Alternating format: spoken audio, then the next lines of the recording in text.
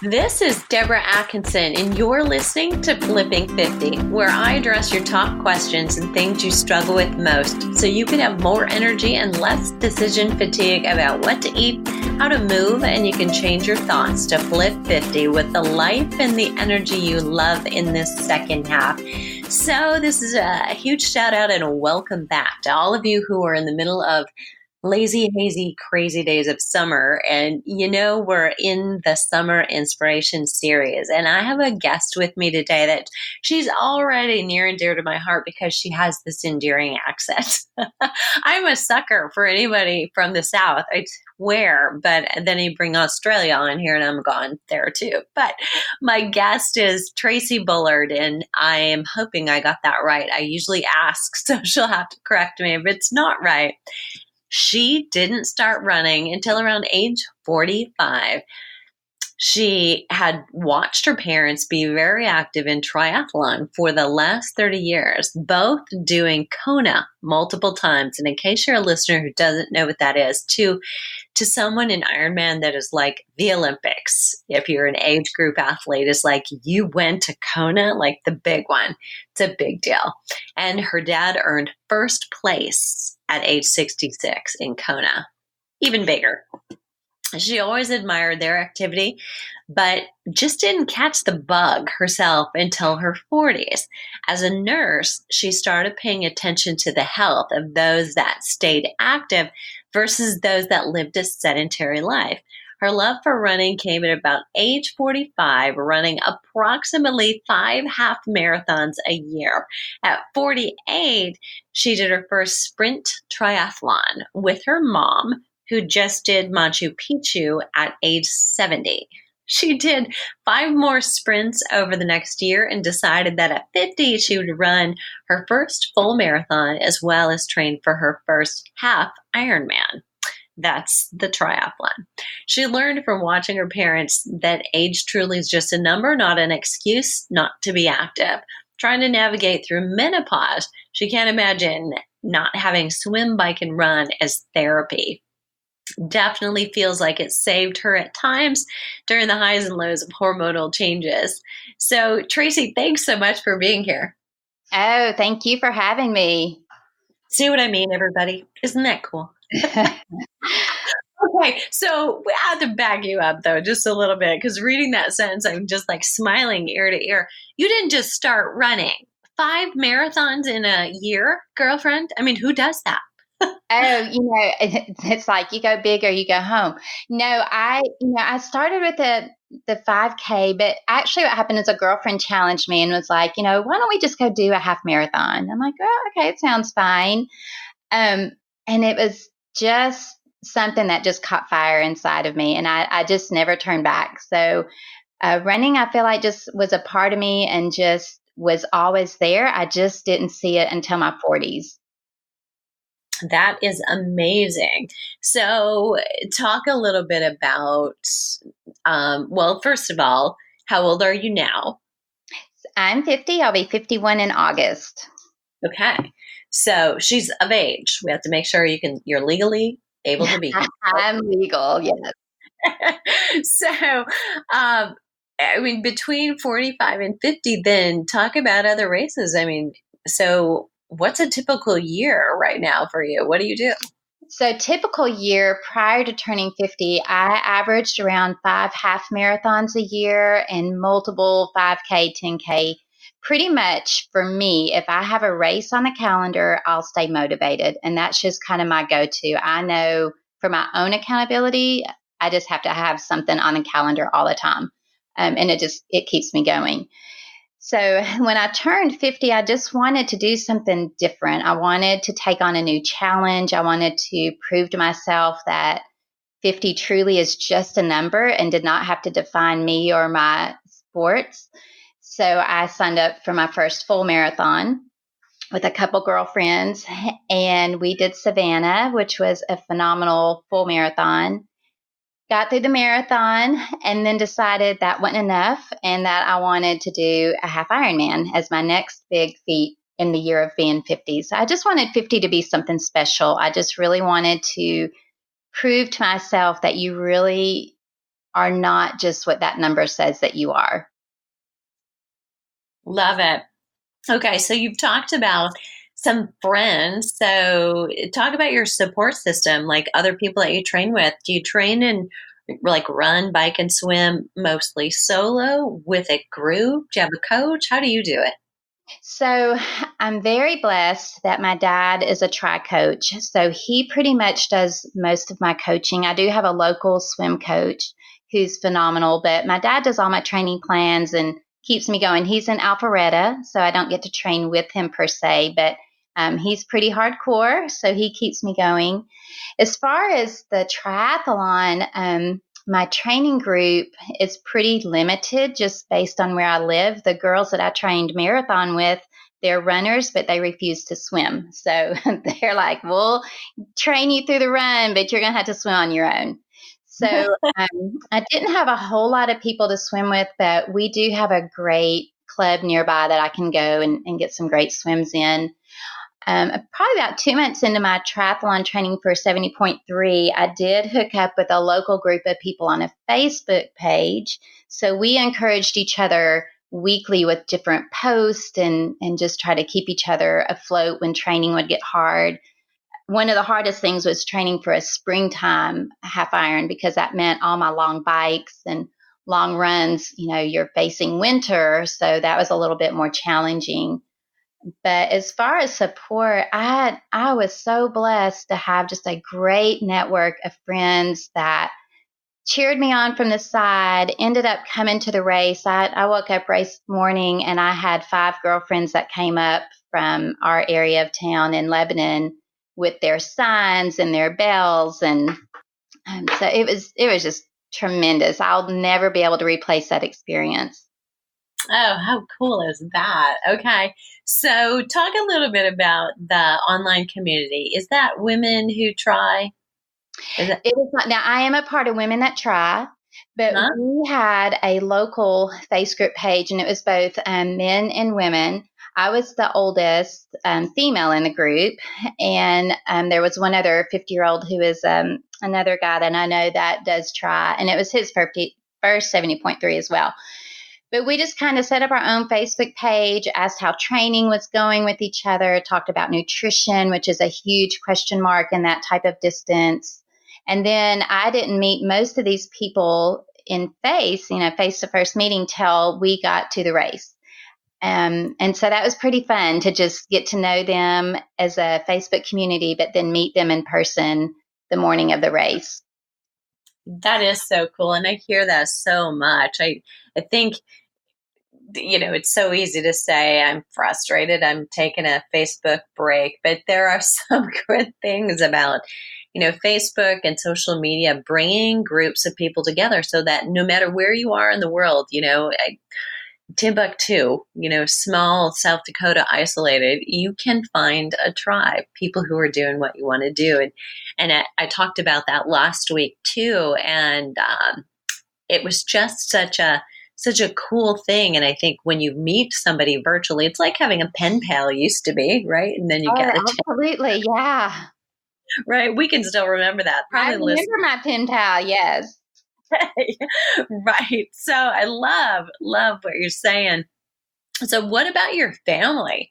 Are you married and do you have kids, and how did they? So I know your parents are really into it. So maybe you picked your relationship based on that too. But what's that like? So I am married. My husband and I have been married 20 years, and we have 3 children. We actually are now in the grandchildren phase of life. So it's been really fun. My husband is a phenomenal runner. He loves to run. He doesn't do tri. He doesn't like the water that much as far as swimming goes, but he loves to run. So he's been tremendous. I do have great support. He'll go out on runs with me. He'll race with me. So he's been great. Our kids have not caught the bug, but I have hope since we didn't really catch the bug until our 40s. So there's time to still get them involved. But just having my parents be my backbone through all this has just been irreplaceable. So great. So it sounds to me like maybe you and your husband found running or being more active at about the same time. Is that true? We did. We signed up for our first 5K ever. As a nurse, I've worked in plastic and reconstruction surgery, so I've done a lot with breast cancer survivors, and mostly that was my focus all through nursing. So Susan G. Komen has a Race for the Cure every year, and so our office decided that we would do that together, and it was a 5K, and I thought, oh, I can totally do that. Totally didn't train, just decided let's just run out and go run 3 miles, which was, put me in bed for about a week. But after that, it was we just thought, we can do this. We can get out there and run. I saw women who were post chemo, post mastectomy, out there giving it their all. And so I knew at that point, there really aren't excuses at this point not to take care of myself and be healthy. Such a great point. That's great inspiration. So you mentioned and had shared with me, which I talked about in your opening, your introduction, that this has been a blessing through hormonal changes. So talk a little bit about your hormone changes. What have you experienced, and how has, having training been kind of a godsend? Yeah, so I started having just probably every month or so, I would develop these hot flashes, and I didn't even know that's really what they were. I just thought, I'm kind of hot, and I'd wake up at night, oh, I've got too many covers on, and then they just became more frequent, and it started dawning on me that, I am 50, and this could possibly be what I've heard. I had had a hysterectomy in my early 40s, so I was not going to go through some of the regular changes that women go through with amenorrhea and different things. So I have just a partial ovary and partial hormones. So it just kind of gradually came in. But now it is hit with a vengeance, and it's nightly hot flashes and the fatigue and the insomnia. And through my training, I just feel like that has been my outlet. So on the days that I have a day off or I don't train, I can certainly see a difference in my energy level, in my sleep pattern. It just, for me, the having that outlet of exercise has definitely made a difference. I feel like going through these changes. So great. Great to have that. And that one thing too, I think that's the thread that here's my constant, right? I've got all these Right. other fluctuations. I don't know quite exactly what's going to happen, but this is my staple. That's comforting, I think, too. Talk about nutrition. Yeah, so that is a huge part. When you train, I have learned that you really can't cheat as far as nutrition goes if you want to have a real quality workout. So I just try real hard. I'm not on any like strict diet or any of the real popular diets as far as keto and that goes, but I just try to eat a really well-rounded, get vegetables, fruits, try to eat as clean as possible. I really follow Stacey Sims' book Roar quite a bit. It's really designed to help women understand their bodies and their changes through nutrition and training. So that I think helped me quite a bit in my Ironman training. So for me, I just try to eat as clean as possible with the occasional cheat days. We all need those. But yeah, just as best I can, I try to really take care of what I have and feed it well. Awesome. And I love that you mentioned that book. And everybody who's listening, I'm going to link to that in the show notes.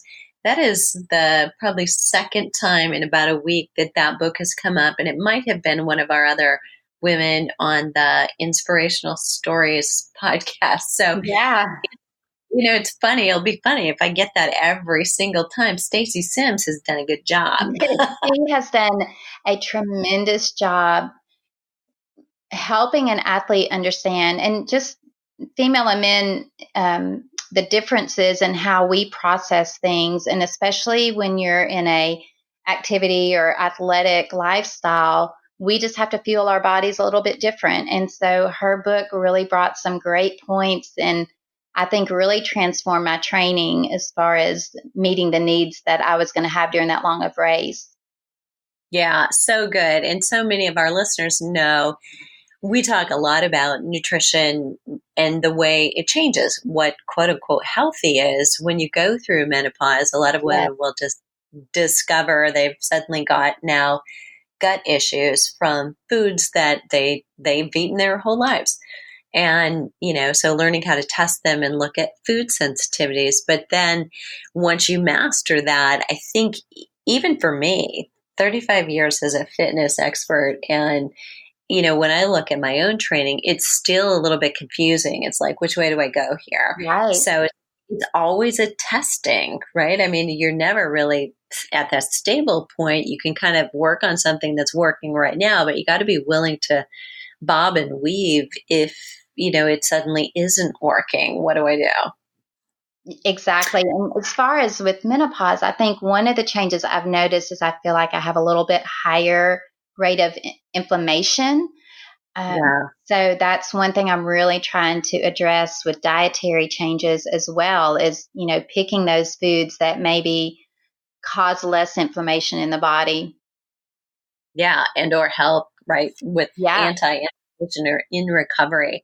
So any pre or during, like long runs, long bikes, or of course long swims, you can't really handle that, but what do you do? So a lot of our listeners would love to know, what do you do when you're doing long endurance activities as far as fueling on the go? Perfect. Yeah. So for me, what works well with my system is on a long run day or a long bike day, I'll just start with a simple breakfast of just oatmeal and a banana. I do carbs. I believe in carbs when you're doing long distance training. For me personally, it works well. In the summer, you just have to be so cautious with your hydration. So I try to focus quite a bit on my hydration needs. I'm a big Noon user. Again, Stacey Sims kind of hooked that into me, and it's worked very well. The Noon endurance on long bike and runs tend to work Yeah. really great. And then, when you get to the run, I still do a few gels, and they tend to work well. I use Honey Stinger just for me personally. It's just a real mild gel that gives me the push that I need. And then my simple recovery, I'll go straight into a protein shake within 30 minutes of getting off either the bike or being finished with a run. I think your muscles just need the protein to help with recovery and rebuilding. So I try real hard to do any type of good protein with some fruits mixed in, a little almond milk, and that tends to work really well for me. Great system. And a lot of our listeners know that if they're not doing long endurance work, that they should probably wait 60 minutes now. But Tracy's got a whole different ball game going on. So she's Correct. got long endurance training, and it's coming again, like tomorrow, or maybe she's going to do a second workout or do weights. So it does change, and that's really the whole idea is learning. All right, what am I doing? What are the goals? What demands am I meeting? And then you, of course, look at what are the results? How do I feel? How's my energy? How's my weight? How am I doing? And all of those clues will tell you you're on track or you need to just reroute a little bit. Okay, so Absolutely. I'm so excited. What's coming up for you this year? What's the rest of the year bring as far as races go? Oh, yeah. So I just did a sprint triathlon last Sunday. I have another one coming up August 4th. And I'm still on the fence whether I'm going to do a sprint or Olympic. And then I'm going to do a women's half marathon in Nashville, and that will be in September. And it's the first women's half that we've had here in a few years. So I'm pretty excited about that. And then we'll just see. I'm usually one of those last minute, see something pop up. It looks fun, looks good, and I'll just sign up and go. So good. So what about you and your husband? Do you do much where you travel, and then do you make it a vacation too? So we'll do a few traveling races. He did not get to go to Savannah, so that was a girlfriend trip. But he and I usually go down to 38 in October, and we'll do a half marathon there and turn that into just a little getaway.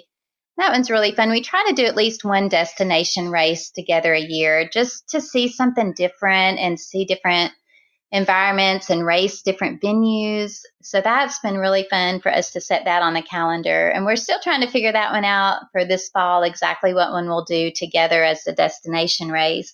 I would like to go back to Savannah because I loved that area, and they have a half marathon in conjunction with the full. So I would really love to do that one, and that's in November. Fantastic. So crazy year coming up for you. Yeah, never But stops. so what if we said, okay, let's fast forward 15 years from now. So you mentioned your mom is no slacker at 70, right? Yes. So what do you see for yourself at 70? Yeah, 15 years goes by so fast. What will you be doing? I hope I'm doing the same, if not more, that I'm doing now. When I watch my parents and just model their behavior, they just never stop. And I love that. And I feel like that is what has kept them so healthy. My dad is 82 and is still competing at the national and world. He was at, Amsterdam, and he goes to, pretty much all the world USAT triathlons and competes. And my mom is the same way, and they just never stop. She's a yoga instructor, and they did Machu Picchu, and then they went over to the Galapagos Islands. And, this is all at age 70 and 82. So if I can just continue to do that track, I will be so happy because, as a nurse, I've seen the opposite. I've seen people in their 70s just barely walking and getting around and battling all kinds of diseases. So for me, I just really hope I can stay on this track of just keeping movement a real important part of my life, and nutrition an important part of my life, and hope to be half of what they are because they have found that secret. I love that story. Okay, so this is a really tough question, but potentially unfair, but I'm going to ask it. So you have good genetics. There's no question. You've gotten some blessing, but I would say it would be hard to choose. So I'm going to make you do it instead. Do you think they influenced you more physically or mentally? Oh, that is a tough one. So I feel like probably physically. I How so? I feel like, well, one, so my dad and I still race each other, and I still can't keep up with him, which cracks me up. At 82, he can still outswim me and outbike me. I am catching him on the run, but barely. But so from a physical standpoint, I just see their whole physique, their muscle tone, their endurance. They never stop.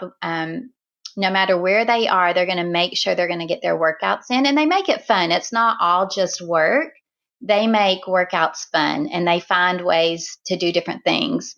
For instance, my dad did Xterra Worlds in Hawaii at age 80, and they had to open up that age group for him because they didn't have anyone do Xterra at that age. So, I Love can that. say if he can, do mountain biking and trail running and swim the ocean at 80, then physically at 50, I've got to be able to keep up.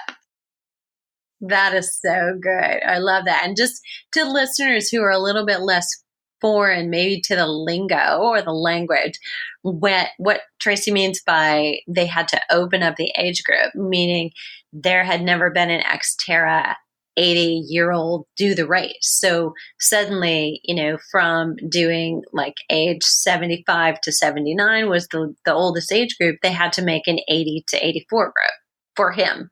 Love that. So I will tell you a little bit of trivia. So on your quest to reach your dad, the science says, as far as aging and doing triathlon, that actually biking will be the thing that becomes more limiting sooner before even running or swimming. Wow. Yeah, isn't that interesting? That I is. would suspect it. So, okay. So I want to ask you too, what's your favorite now? I mean, do you enjoy running more, swimming, biking? So running is probably what I'm the best at, but swimming is my favorite. If I can be in the water, I have learned that I am happier than any other place, which I love that because in the tri world, that's the greatest area of fear. So open water swims just incite a lot of fear in people. So I'm so thankful that I am able to just love the water. So I'm not afraid of the open water. I love to get out there and just swim and give it all I can. It's not my strongest as far as the speed goes. I'm working on that, but it's become my favorite. I love it. Wow, what a great answer. All right, so here's a chance to maybe not answer a question, but somewhat, I'll tuck a question into this. For anybody who's, perimenopause, menopause, or beyond, they might be 50 and they might be a little younger, and they might be a little or a lot older. And they're listening thinking, there's no way I would ever do a triathlon or even think about starting running or do a marathon right now. What do you say to them? I would say it is never too late to make healthy lifestyle changes. I think so many times we define ourselves based on numbers. So we'll look at the scale and let that define us and say, I've let myself go. I'm too heavy. I can't do this. Or we look at our age and I'm past that age. I should have started that in my 30s. And what I can say just from all the years that I've been racing, some of the strongest athletes I have seen are women that have battled weight. They're women that are older than 60 even, and they just don't give up. And so at a race, I think I'm more inspired and driven to see the women that it's their first race. They didn't think they could do it. You see their weight loss success stories. You see how it's changed them from battling diabetes to now they're off all of their diabetic medicines and just being successful at what they do. So I would just really encourage listeners to just know that it is never too late and it's just one step at a time. And if you've not run, you've not done anything like that, but it's something that spurs you on, just let it be that first step, that first walk around the block, or, just finding a buddy to go to a greenway and do your first walk and turn that into what the next step is, which could be run or could be try, or whatever your passion is, just keep moving.